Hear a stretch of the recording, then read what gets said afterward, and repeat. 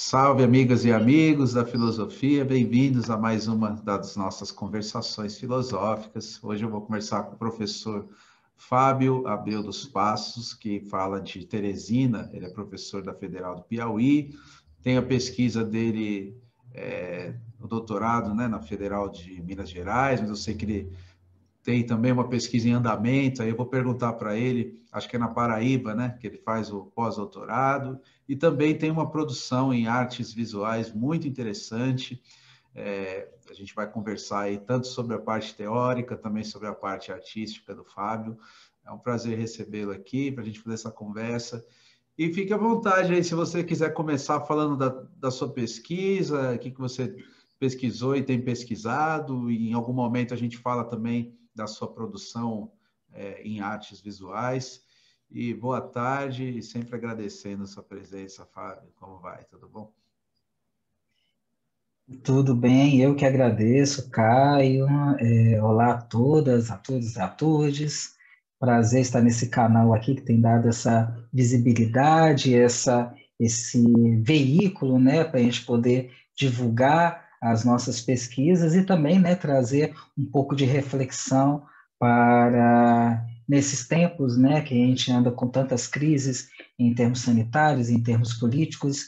É sempre bom estarmos discutindo e pensando sobre o nosso tempo, né? Então, Caio, eu pensei em conversar com a gente, o tema, o pano de fundo da nossa conversa, eu pensei em estar trabalhando a Faculdade do Pensamento em Hannah Arendt, né? Hannah Arendt é uma autora muito cara às minhas pesquisas, né? Ela foi a autora que impulsionou as minhas pesquisas em mestrado, em doutorado, e foi a partir da leitura do pensamento dessa autora, dessa gigante da filosofia contemporânea, que eu pude escrever os dois livros que eu já publiquei, né, que é a Faculdade do Pensamento em Hannah Arendt, Implicações Políticas, e o Conceito de Mundo em Hannah Arendt, né?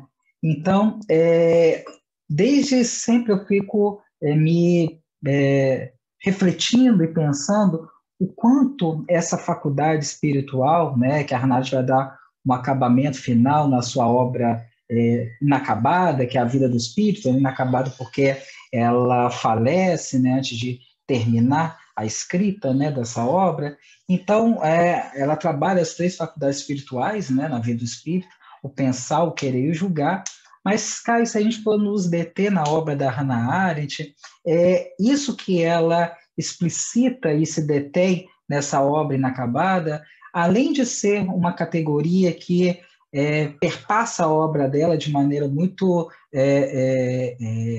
repetitiva, né? Ela aparece várias vezes na obra dela, desde a origem do totalitarismo, quando ela fala que o pensar é a mais livre das faculdades espirituais, né?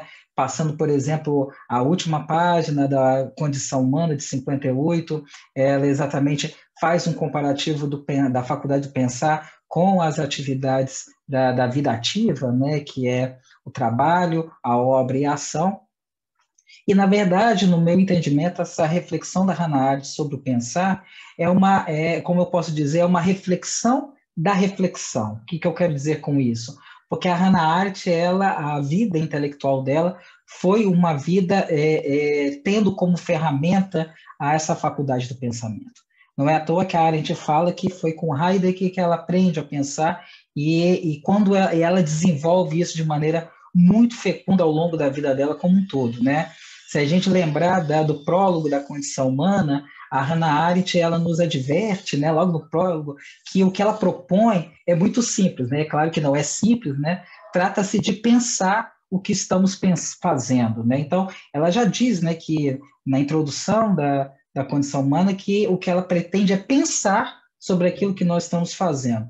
E o que eu quero dizer aqui é que esse pensar é a marca da obra da Hannah Arendt, né? Essa reflexão, essa atividade contínua que não traz produto acabado ou uma verdade cristalizada, mas sempre está se refazendo, está se problematizando, a exemplo da analogia que ela faz da teia de Penélope, né?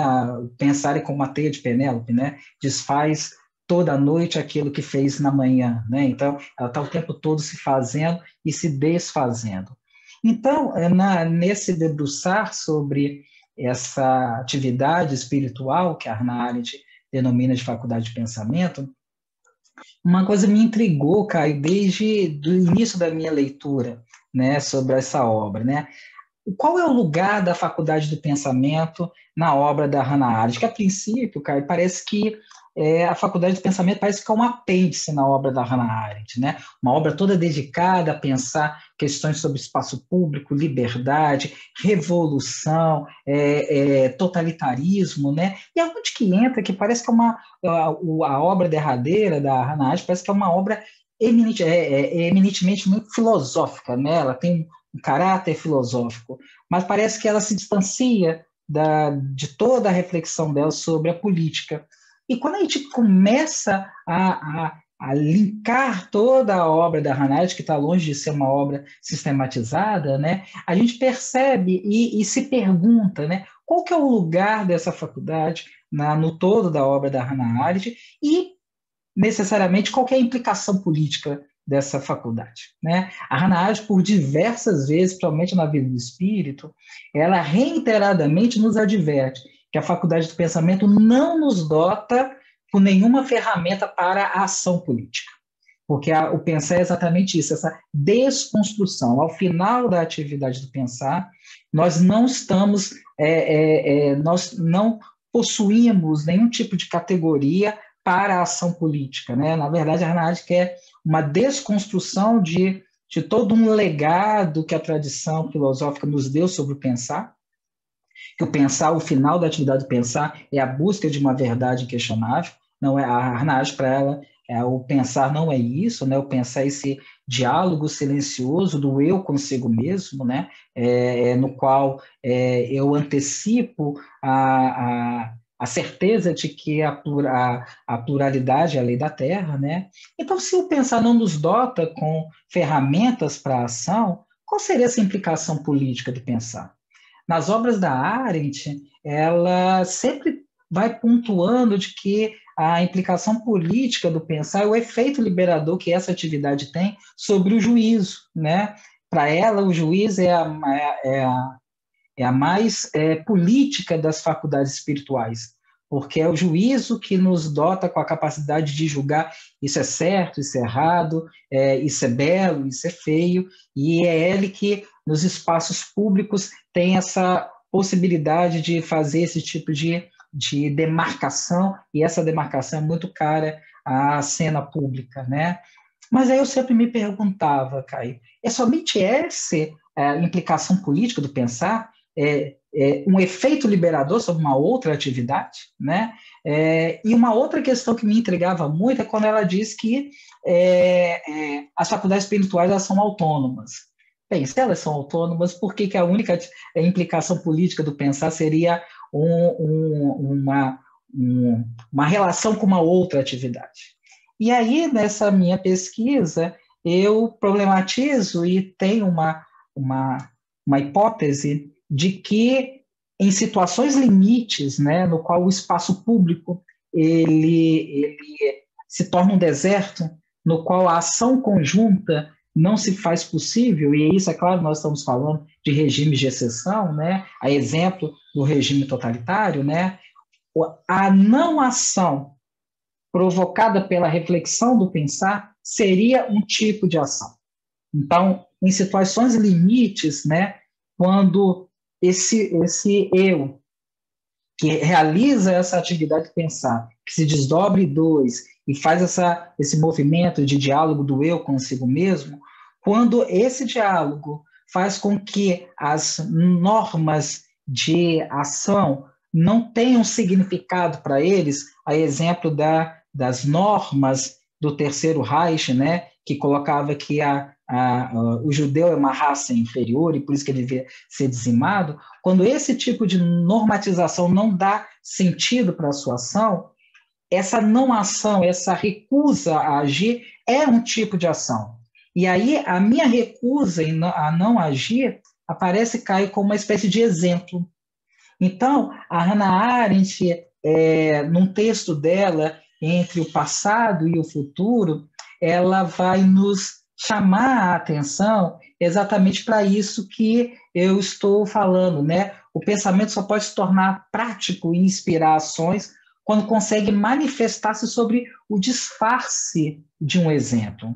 Então, esse disfarce desse exemplo, ele é fecundo em situações limites, né? A exemplo do quando ela coloca no Eichmann em Jerusalém da recusa da Dinamarca em entregar os judeus aos nazistas, né? Então, assim, essa recusa, ela aparece como um exemplo. E é claro, né, essa implicação política de uma não ação parecer como ação, ou o melhor que eu posso realizar, só acontece mesmo em situações limites, né? Quando eu digo, quando o espaço público e a ação conjunta, elas são quase que impossibilitadas. Então, essa implicação política do pensar é uma ação da não ação. O que eu quero dizer, né? Quando esse indivíduo, na reflexão, ele se coloca assim, eu não quero pactuar com isso, eu não concordo com isso, mas pouco eu posso fazer contrário a isso. Então, o melhor que eu posso fazer é não fazer. E essa minha não ação aparece como um exemplo que pode ser seguido por outros, né? Aqueles que compartilham essa felicidade pública e esse viver em conjunto com outros sujeitos no espaço público, né? Então, esse é o primeiro movimento que eu fiz. Você gostaria de fazer algum questionamento? Não, é só uma questão que eu acho interessante, é que o pensar tem uma distinção com o conhecer, né? Se você puder falar um pouquinho dessa distinção, que remonta ao Kant, passa pelo Heidegger e tal, volta a Hannah Arendt. Perfeito, ótima a sua colocação, Caio. A Hannah Arendt, num determinado ponto da vida espírita, ela exatamente faz essa distinção, né? O pensar, ele tem uma outra característica em relação ao conhecer, né? O pensar não pergunta sobre alguma coisa, se alguma coisa existe, né? Ou se existir de alguma coisa já é dado. O pensar, ele busca o significado, né? Das coisas. Então, o conhecimento, não, ele tem essa ele é um processo, né, mental, racional, mas que tem um objetivo final, né, alcançar um conhecimento, desvendar os mistérios e os elementos operativos do mundo natural, né? Então, quando eu me debruço sobre algum problema e realizo voltar-se para esse problema através do meu conhecimento, eu busco entender isso que está diante de mim e muitas das vezes tento uma solução para esse problema. Se a gente for tentar pensar nos dias de hoje, né, estamos aí diante de um vírus que era desconhecido, né? Então, quando o conhecer se volta para isso, os cientistas se voltam e buscam uma solução para deter esse tipo de inimigo invisível. Aí nós temos hoje algo assim, né, extraordinário na história da ciência, que é a elaboração de vacinas, né, num tempo extremamente curto, né, se a gente for pensar em outros tipos de vacina para outros tipos de vírus em tempos anteriores, né? Então, num tempo muito curto, cerca de um ano, né, ou até menos do que isso, já tínhamos quase que no seu estágio final de testes de vacina. Então, você tem um produto final do conhecer, que não é igual ao pensar, né? O pensar não, o pensar busca significar alguma coisa, ele busca entender, significar, né? Buscar o significado daquilo que estamos diante, né? Ou seja, o conhecer busca entender um vírus e criar, né, ferramentas para deter esse vírus. A faculdade do pensamento, ela busca significar todo esse momento de pandemia que nós estamos vivenciando, né, vivenciando no plano social, no plano político, né, no plano existencial, né, o que significa para a humanidade mais de um ano de reclusão, de isolamento social, quais são os impactos para a vida social, quais são os impactos para a vida política, né? Quais são os direcionamentos possíveis que a humanidade pode ter pós-pandemia. Então, aí nós temos a faculdade do pensamento buscando esse significado, né? Buscando compreender, né, tudo que está acontecendo, diferentemente do conhecer, né, que busca desvendar esses mistérios, esses elementos operacionais de alguma coisa. Muito bom, Fábio. Então, pode, se você quiser ir prosseguir no que você preparou, pode ficar à vontade. Então, depois de eu me debruçar, Caio, sobre a faculdade do pensamento e sua implicação, nas minhas leituras sobre esse tema, eu me deparei na Dignidade da Política com um trecho da Hannah Arendt que me fez perceber que a minha pesquisa sobre pensar poderia desdobrar em um outro elemento que eu achei muito fecundo. E eu aqui faço uma breve leitura de um trecho da Hannah Arendt, da Dignidade da Política. E aí eu cito a autora. É da própria natureza da filosofia lidar com o homem no singular, ao passo que a política não poderia sequer ser concebida se os homens não existissem no plural. Para dizer de outro modo, as experiências do filósofo como filósofo são experiências com a solidão, que para o homem como ser político, ainda que essenciais, não deixam de ser marginais. Pode ser que o conceito heideggeriano de mundo, que sob muitos aspectos ocupa o centro de sua filosofia, seja um passo para sair dessa dificuldade. Entretanto, uma vez que Heidegger nunca articulou as implicações de sua posição sobre esse assunto, seria presunçoso atribuir excessivo significado ao uso do plural no conceito de mundo de Heidegger. Então, Caio, o que eu percebo nessa leitura da Hannah Arendt? Sabemos que a Hannah Arendt compreende a faculdade do pensamento e a filosofia numa tensão entre filosofia e política desde a condenação de Sócrates, né? Hannah Arendt diz que o legado de filosofia que nós temos é um legado pós-condenação de Sócrates, que após a condenação de Sócrates, nós temos a instauração de um hiato entre aqueles que pensam e aqueles que agem, né? E para Hannah Arendt, quando aqueles que pensam se voltam para o mundo público, eles voltam com ferramentas quase que dogmáticas, tentando modelar esse mundo caótico, imprevisível, a partir desses modelos de comportamento e de ação. Não é à toa que a Hannah Arendt, em um texto, diz que quando os filósofos voltam para a política, eles se aliam ou a tiranos ou a totalitários, citando Platão e Heidegger, né? Então, para Hannah Arendt, a partir dessa condenação de Sócrates, aqueles que pensam e aqueles que agem, eles acabam se divorciando. E aí, o que a Hannah Arendt percebe é que a política sempre se volta para o homem no plural, enquanto a filosofia sempre se volta para o homem no singular. Aí vem todas as filosofias solipsistas que a Hannah Arendt tanto critica. Então, para ela, esse hiato entre filosofia e política poderia ser pensado como um outro tipo de relação que pudesse criar uma ponte que voltasse a comunicar essas duas atividades através do conceito de mundo de Heidegger, que é um conceito de mundo cujo o elemento plural ele é muito forte, né, Caio? Só que para Hannah Arendt, o Heidegger não leva às consequências políticas o conceito de mundo dele.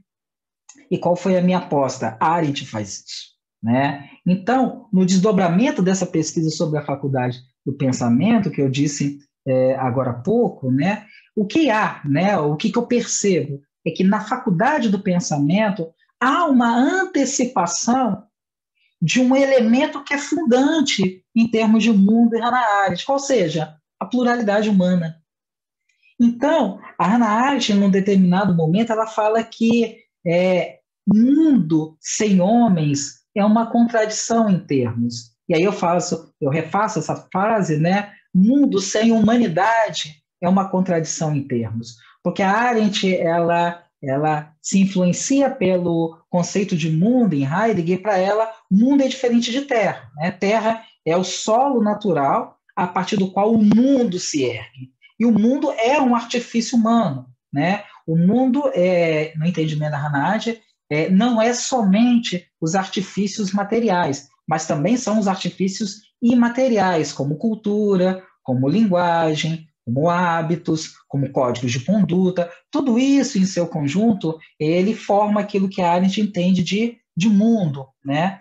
Então, por que um mundo sem humanidade é uma contradição em termos? Né? Porque se a humanidade, por algum motivo de alguma catástrofe, desaparecer e ficar só a natureza, a Terra continua existindo, mas o mundo ele desaparece, porque o mundo vai ser tomado por esse elemento natural que vai novamente ocupar todo o espaço do globo terrestre. Então, o que eu percebi nessa frase e qual foi a minha aposta, Caio? Que o elemento que poderia fazer essa ponte, como eu disse agora há pouco, é esse conceito de mundo, porque nesse conceito de um mundo, o que há de elemento mais forte é a ideia da pluralidade. Mas aí, tentando, né, a Hannah Arendt refletir sobre esse ato que é construído, ela percebe que não é somente a política que deva enxergar o homem na sua pluralidade, mas a filosofia também. Porque quando eu exerço a faculdade do pensamento, eu me desdobro em dois. É aquela a terminologia que a Hannah Arendt utiliza de Platão, né? O diálogo sem som do eu consigo mesmo. Quando eu faço esse desdobramento, eu antevejo de que a pluralidade é um elemento fundante do mundo, né? Porque eu não penso comigo mesmo, eu penso com um outro eu que me faz companhia e que dialoga comigo e, de certa maneira, mostra àquele que está pensando que existem outros que precisam dialogar com ele e existir com ele. Né? Então, nesse movimento que eu faço de entender essa categoria da Hannah Arendt, que é a questão do mundo, a gente percebe que, para a Hannah Arendt, a política ela não tem um objetivo, mas ela tem um ponto central. Qual seja, o cuidar do mundo e não dos homens. Parece estranho essa frase, porque se eu digo que mundo sem humanidade é uma contradição em termos, a gente entende por que o ponto central da política é cuidar do mundo e não da humanidade. Porque ao cuidar do mundo, eu estou cuidando para que o locus do aparecimento dessa pluralidade continue a ser existente, né? Para Hannah Arendt, o grande elemento, né, de perniciosidade do totalitarismo é tentar destruir mundos, né, é tentar destruir a pluralidade, que é esse elemento determinante da nossa existência.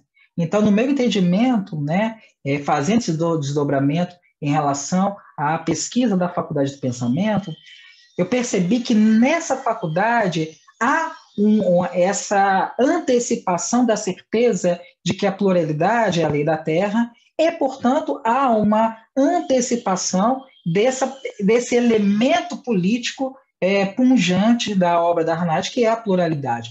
Ou seja, quando nos voltamos para essa categoria de mundo, nós conseguimos perceber que aquilo que a tradição filosófica nos legou como uma separação entre filosofia e política, ela pode não se amalgamar, mas pode haver uma conexão, ou melhor dizendo, uma comunicação entre aqueles que pensam e aqueles que agem. É claro que para Hannah Arendt, no entendimento dela, quando o eu age, ele não está numa atividade de significar o mundo, mas ele pode fazer essa travessia de uma maneira muito fecunda, porque não são dois mundos, né? O mundo da política ou o mundo da filosofia. Quando eu paro para pensar, eu continuo a ser uma aparência entre outras aparências, que são exatamente essas aparências que constituem aquilo que a Hannah Arendt chama de mundo comum. Né? Então, perceba, Caio, que como que essa ideia do pensar e isso que ele traz em si, esse germe da pluralidade, é um elemento muito fecundo para entender algo, Caio, que eu acho que é muito caro às nossas vivências contemporâneas e todos esses conflitos que nós temos vivido, né, numa dimensão micro e macro da política, né? Sempre uma dificuldade de compreensão dessa pluralidade, desse eu que vê o mundo de perspectivas diferentes, né?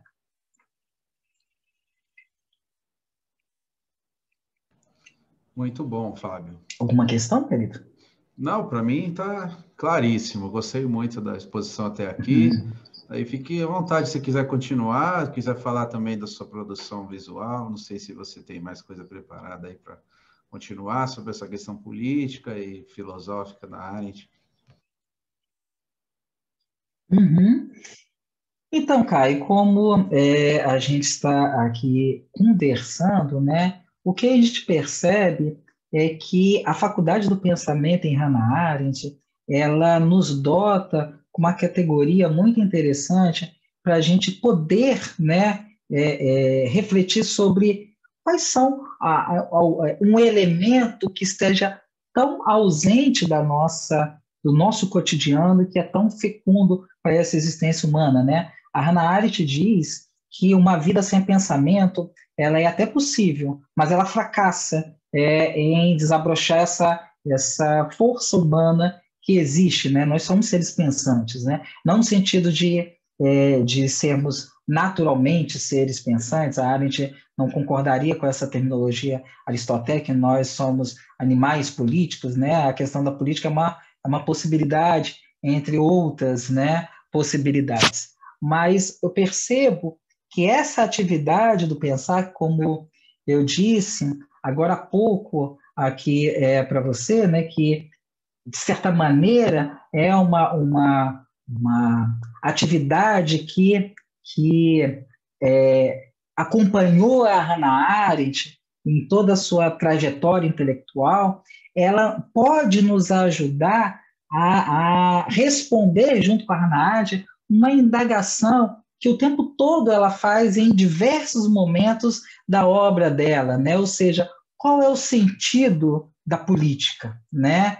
Então, assim, como eu disse, o sentido da política, né? Esse ponto central da política, a Hannah Arendt fala, não é um objetivo, a Hannah Arendt, a política não tem um objetivo, ela não é uma atividade do tipo meios e fins, mas a dignidade da política estaria exatamente nesse movimento de preservação e cuidado com o mundo, né? Mundo este que vai fazer com que essa pluralidade humana, que é antecipada na faculdade de pensamento, como eu disse, ela possa se manifestar, né?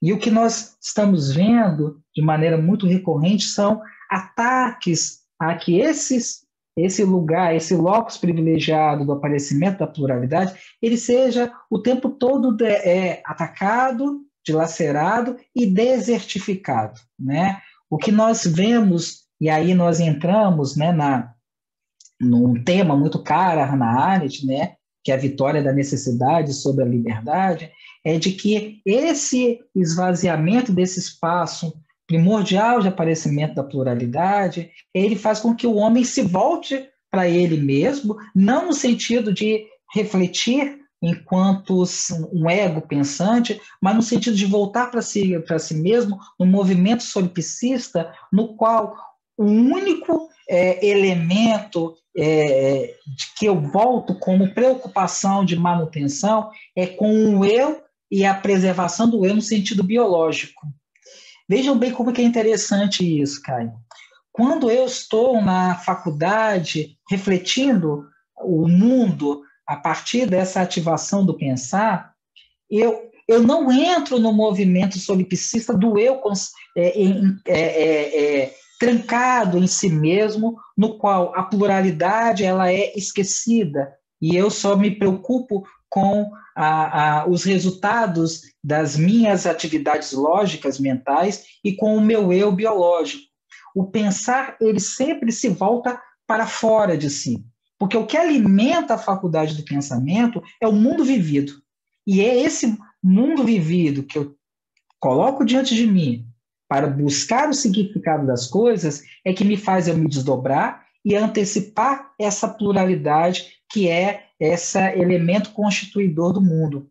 Então, quando esse mundo ele é atacado, quando a política não consegue exercer o seu ponto central, que é cuidar desse mundo, nós temos desdobramentos muito funestos para a existência da humanidade, no seu sentido, para além do biológico, mas para a sua dimensão política, plural, dialógica, de ação em conjunto, né? Porque se eu não tenho esse espaço de aparecimento com o outro, de ação conjunta com o outro, de manifestar ao outro como o mundo me aparece, eu cada vez vou entrando numa reclusão desse eu, não do eu consigo mesmo, mas quase do eu sem nenhum outro desdobramento. É um processo no qual eu vou me incrustando dentro de mim mesmo e o fora de mim começa a perder todo o sentido, né? Não é à toa, né? Nós estamos falando tanto desse período de pandemia, sobre questões de vacina, e quanto é difícil as pessoas entenderem que a vacina para todos significa um bem-estar para todos, né? A minha vacina não somente me protege, mas protege uma comunidade a partir do momento que eu estou contribuindo para aquilo que os cientistas colocam como uma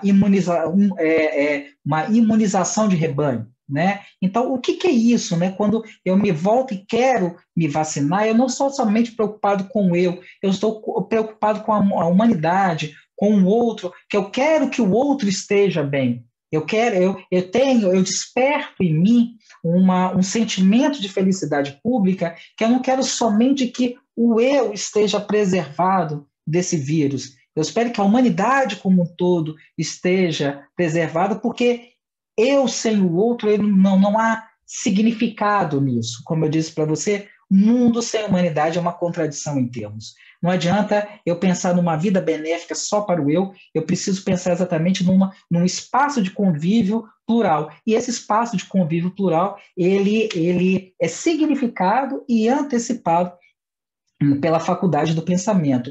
E aí, Caio, como a gente estava conversando antes da gente começar efetivamente esse diálogo aqui, essa conversação filosófica, né, Caio?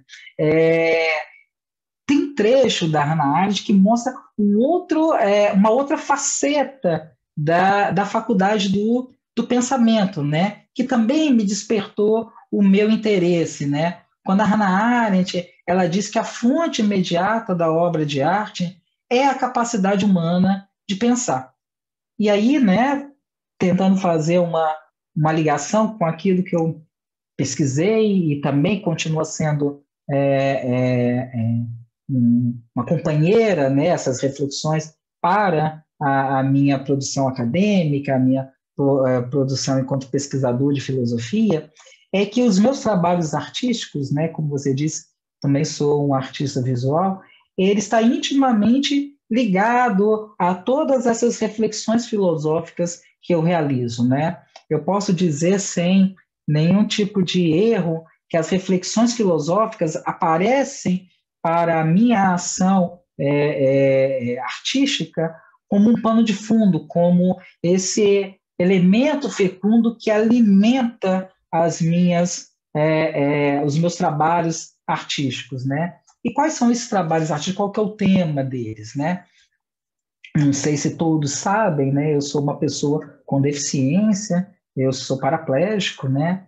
E eu percebo de maneira muito clara na cotidianidade como corpos não hegemônicos sofrem com invisibilidades, né? Então, sempre existiram, né, maquinarias que incidem sobre os corpos do humano, limitando e delimitando o local de aparecimento ou de performatividade desse corpo, né? Então, usando um pouco, né, de terminologias Foucaultianas, né, nós sempre somos adestrados para ter um corpo útil e dócil, né, para que nós saibamos qual é o nosso lugar numa determinada sociedade e qual é o nosso papel nessa sociedade, qual que é o quinhão que nos cabe nessa partilha do sensível, né? Como o sensível é partilhado, qual que é o lugar de cada um?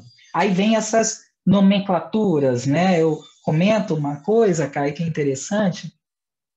Uma pessoa com deficiência, ela é determinada por aquilo que falta. Por exemplo, fulano, ele é cego. Fulana, ela é surda. Fulana é deficiente auditiva. Fulano, ele é deficiente visual.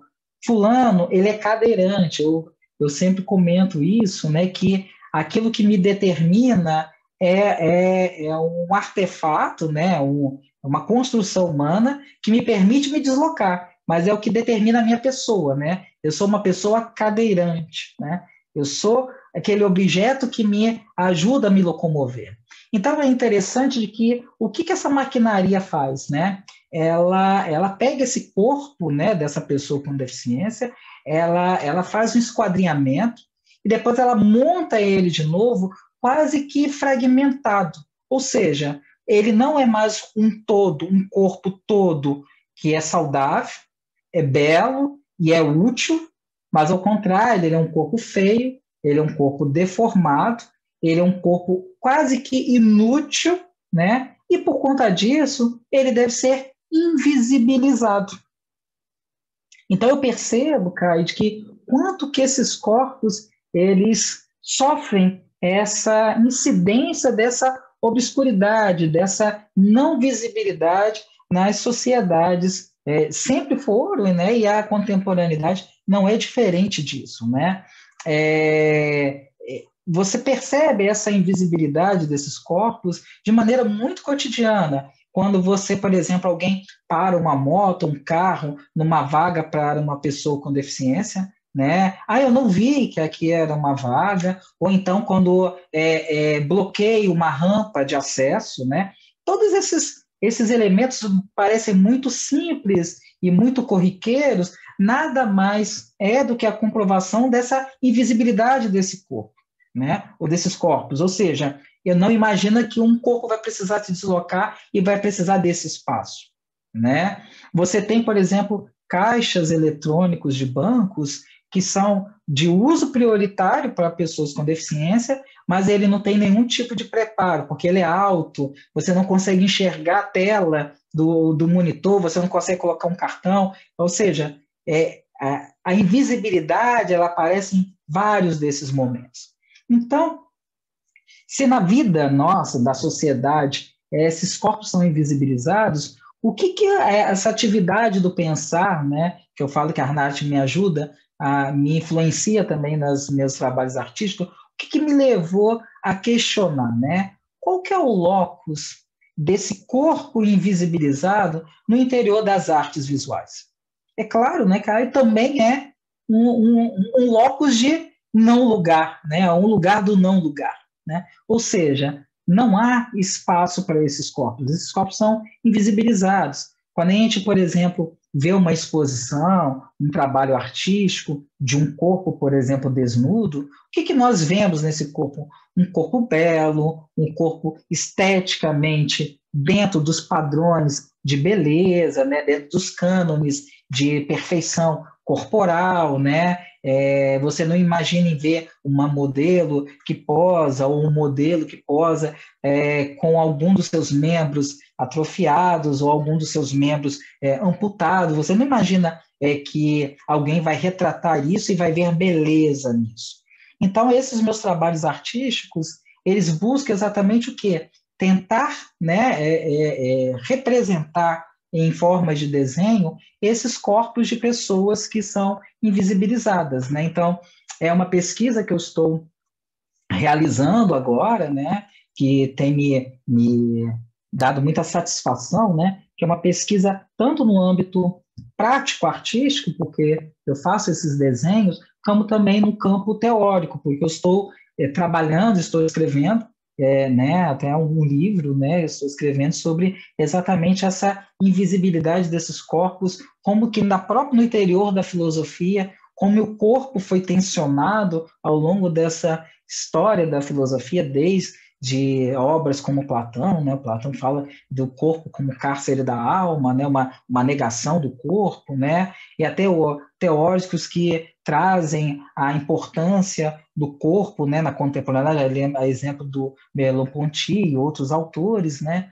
Então, eu também vou fazer esse passeio pela alguns momentos, né, da história da arte, tentando exatamente fazer uma imbricação entre uma filosofia política e uma estética, né, tentando exatamente perceber o quanto essa visibilidade desses corpos tem uma dimensão política, no sentido de dar visibilidade a um corpo que aparentemente é não hegemônico, né, não está dentro dos cânones de beleza, mas que, de novo, né, dar visibilidade para esses corpos, Caio, é voltar àquele elemento que eu estava conversando com você sobre a questão da pluralidade.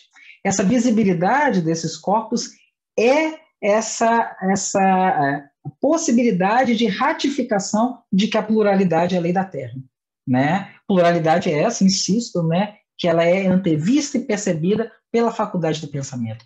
Pela a minha reflexão, quando eu me desdobro, eu percebo que o mundo ele é plural. Então, para que esse mundo efetivamente seja plural, nós precisamos realizar, né, movimentos, seja teóricos, sejam práticos, né, para que essa manifestação seja fecunda, para que, de fato, o mundo, né, o mundo vivido, o mundo comum, ele seja compartilhado por essa pluralidade, né?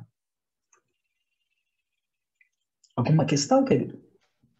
Não, tudo ótimo. Eu queria depois, se você puder mostrar algumas das suas Posso criações sim. também, claro. Então, vou compartilhar aqui com vocês. Então, esse daqui é um dos trabalhos, né, que eu tenho feito, Caio, nesses meus trabalhos, né? Eu tenho exatamente feito esses recortes, né, com partes do corpo dessas pessoas com deficiência, tentando exatamente dar visibilidade a essa parte do corpo que é invisibilizado, né? E muitos, Caio, às vezes me perguntam, né, por que esse corpo tem que estar desnudo? Eu digo que a vestimenta para a pessoa com deficiência é quase que o elemento de aceitação desse indivíduo dentro da sociedade. Por quê? Porque ele está encobrindo aquele corpo, né, ou aquela parte daquele corpo que não quer ser vista. Né? As pessoas não querem ver essas partes desses corpos. Por isso que você cobre esse corpo e você é aceito na sociedade. Né? Então, quando você desnuda essas partes desses corpos, você está mostrando, olha, essa parte é nossa, é integrante do nosso ser e ela é constitutiva da nossa identidade. Então, por isso que eu estou fazendo, aí pode ser feita a pergunta, né? Que é por que essa moldura, né? Eu quero mostrar exatamente que esse corpo, essa parte desse corpo com deficiência, ele não cabe nessas normas, ele não cabe nessas caixas, não cabe nessas moldurações, ele extrapola, porque ele não consegue ser tomado, porque ele está para fora dessas normatizações, né? E essa característica desse trabalho vai aparecer em outros aqui que eu vou estar mostrando aqui para vocês. Exemplo desse daqui também, né? A parte do corpo, né, com deficiência, ela está para fora dessa determinação, né, de uma caixa, de um ambiente limitador, delimitador, né, ele extrapola, né, esse espaço, né, de reclusão, se eu posso assim dizer. Só abrindo parênteses também, o material que eu utilizo é uma mina de grafite colorida sobre papel, tá? Isso daqui também é um outro trabalho. Aí você vê aqui nós temos uma mulher que ela tem um dos membros amputados, né? Esses trabalhos, né, Alguns deles são autorretratos, são desenhos que eu faço da minha própria corporeidade, e outros desenhos são de participantes, né? São voluntários que estão participando desse projeto. Aqui também, né? Essa similitude, né, desse cactus, né, parece muito com essa perna, né, não? E interessante que essa foto foi tirada dessa maneira. Essa pessoa tirou essa foto do lado de um cactus que tinha esse tipo de formação. Foi muito interessante como que se aproxima, né, esse elemento natural, natural no sentido vegetativo, com o elemento natural humano, né? Aqui é um outro trabalho, né? Quis dar essa ideia de um corpo que está saindo do casulo, né? Que tá nascendo, né? Para uma outra realidade. Qual seria essa outra realidade, né? Uma realidade de visibilidade desse corpo, né?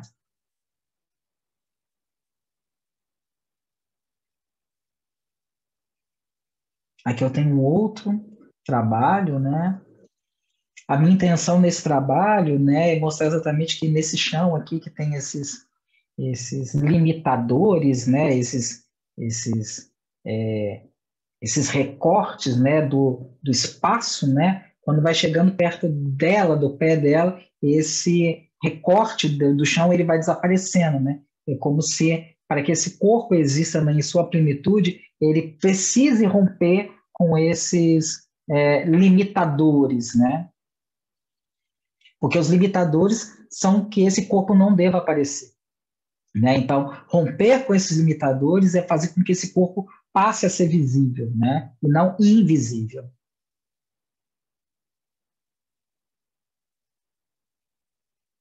Aqui eu tenho um outro trabalho no qual, além da mina de grafite, eu trago um elemento a mais, que é esse barbante, né?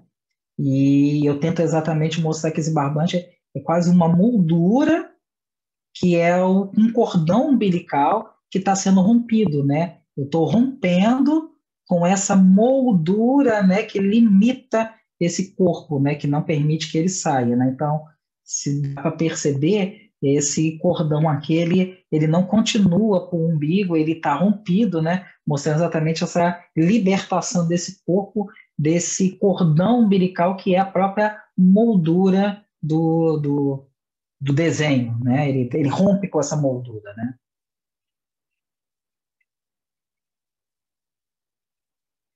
Aqui é um trabalho que eu acho muito interessante, que essa pessoa que participa, ela é uma mulher com deficiência auditiva.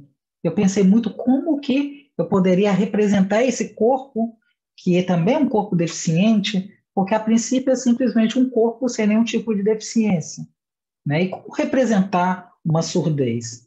Aí o que eu pensei junto com ela nas nossas conversas, né, é que a concha seria esse elemento para representar, né? Como a gente sabe, a gente tem essa ideia de que a concha nos dá o som do mar, né? O som quase do infinito, né? Ele nos permite escutar o mar. Aí a gente coloca a concha na mão dela, é como se pela concha ela pudesse ouvir, né? Ouvir além, ouvir o mar, e tá ali, né? Ou seja, a deficiência dela não é limitadora, a deficiência dela pode levar ela para muitos lugares, inclusive para essa vastidão e esse quase, né? Claro, né? Essa ideia de quase infinitude que o oceano nos traz, né? Então, esses são alguns trabalhos, né, dessa pesquisa que está em andamento em nível de pós-doutorado. Eu estou fazendo pós-doutorado em artes visuais e nesse pós-doutorado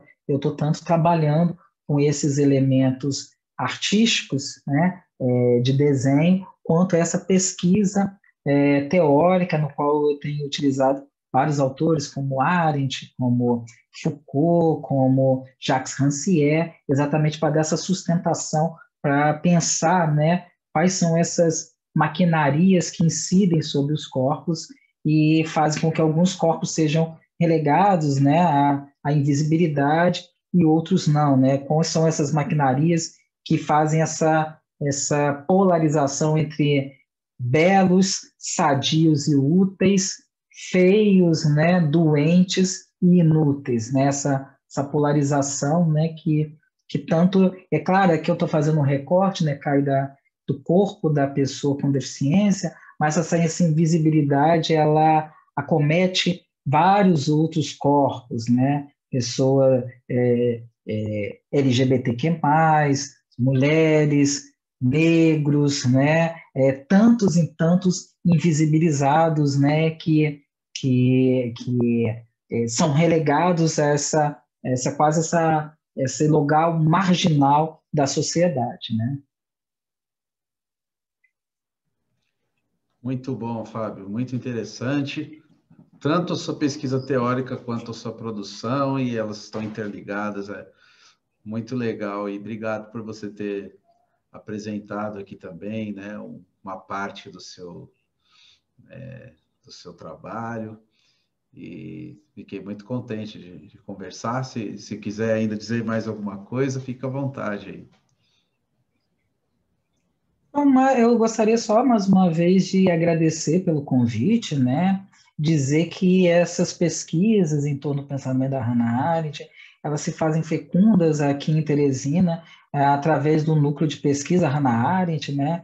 Que eu, juntamente com a professora Elivanda, nós coordenamos aqui, né? Tem o site, né? Para quem quiser informações, que é www.hannaarendt.com.br, né? Nós criamos há cerca de 1 ano e meio os Cadernos Arendt, né, que é um periódico dedicado à publicação de textos sobre o pensamento arendtiano, né, que já estamos indo para o terceiro número, né, dessa revista, né, e também deixa aqui o convite para aqueles que se interessarem em publicar nesse periódico, né, e só lembrando, né, que as nossas pesquisas, elas estão tentando ser o tempo todo fecundas hoje com essa... a gente também tem que ver os lados interessantes dessas situações, né? Hoje nós podemos fazer reuniões híbridas, né? Na verdade não é híbrida, no caso agora é à distância mesmo, né? Cada um, né, estando na sua casa, mas a gente está podendo reunir um número de pesquisadores no pensamento da Hannah Arendt muito vasto, pessoas de São Paulo, pessoas de Goiás, pessoas de Minas Gerais, né? E através desses encontros nós já lançamos um livro do núcleo, né? Que foi organizado por mim, pela professora Elivanda e pelo professor João, que o título dele é A Gramática da Ação e a Sintaxe do Poder em Hannah Arendt, né? Então, continuamos a desenvolver essa pesquisa no interior do pensamento da Hannah Arendt, né, com um núcleo que está tendo bastante frutos, está sendo muito fecundo esses trabalhos nossos aqui, né, tanto nessa dimensão mais material, que é a questão da revista e a questão do livro, mas principalmente pelos diálogos e os debates fecundos que nós realizamos quinzenalmente, né, de reuniões que nós fazemos online, né? Então, convidar todos que se interessem, né?